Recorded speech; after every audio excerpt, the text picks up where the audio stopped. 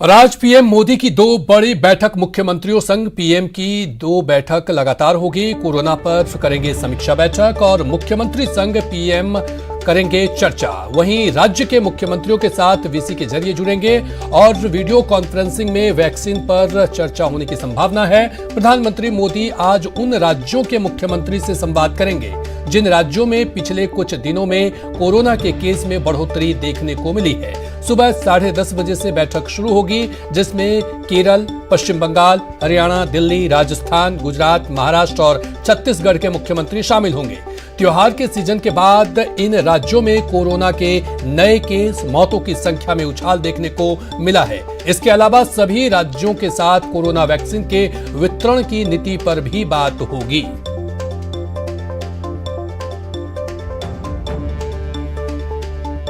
तो पीएम मोदी की दो बड़ी बैठक होगी। मुख्यमंत्रियों संग पीएम की दो बैठक लगातार होने वाली है और वीसी के जरिए पीएम जुड़ेंगे। हमारे साथ और अधिक जानकारी के साथ गोवर्धन चौधरी जुड़ चुके हैं। गोवर्धन, आज सबकी नजरें पीएम की समीक्षा बैठक पर टिकी हुई है। क्या कुछ फैसला होने वाला है? वैक्सीन को लेकर क्या कोई बड़ी खबर सामने आने वाली है?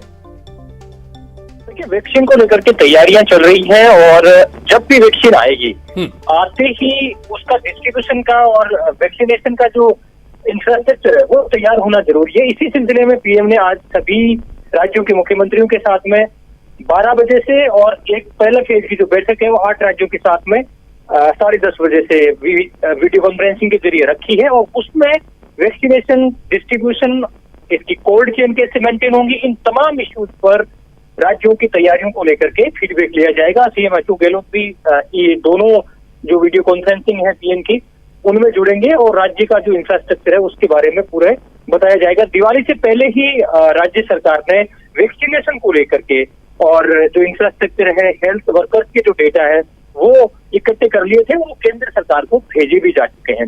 गोवर्धन, जिस तरह से वैक्सीन को लेकर दुनिया भर से जो सकारात्मक खबरें सामने आ रही है, उससे क्या लग रहा है कि भारत में बहुत जल्द वैक्सीन आने वाली है और उन राज्यों को सबसे पहले मिलेगा जो ज्यादा संक्रमित हैं?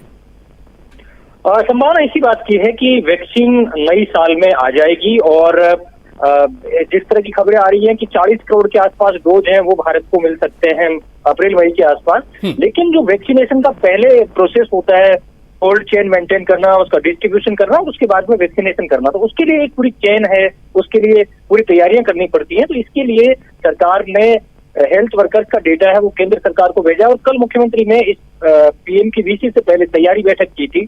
उस तैयारी बैठक में भी कहा है कि प्रायोरिटी ग्रुप तय किए जाएंगे, किनको सबसे पहले वैक्सीन लगाई जाए, किनको बाद में लगाई जाए। तो जो हेल्थ वर्कर्स हैं, डॉक्टर, नर्सिंग कर्मी, उनको टॉप प्रायोरिटी पर रखा जाएगा। सबसे पहले जो वैक्सीन है कोरोना की वो इन हेल्थ वर्कर्स को दी जाएगी। उसके बाद में अलग अलग प्रायोरिटी के आधार पर बाकी लोगों का वैक्सीनेशन किया जाएगा। गोवर्धन, यदि राजस्थान की बात करें तो जिस तरह से कोरोना का संक्रमण बढ़ा है, नए केस सामने आ रहे हैं और जिस तरह से मौत का उछाल बढ़ा है, ऐसे में क्या आज की समीक्षा बैठक में यह संभावना जताई जा सकती है कि प्रधानमंत्री सीएम को और कड़े निर्देश लेने के लिए कह सकते हैं, क्योंकि धारा 144 के साथ साथ नाइट कर्फ्यू भी लगाया गया है, इसके अलावे भी कोई और कदम उठाया जा सकता है इस संक्रमण को रोकने के लिए?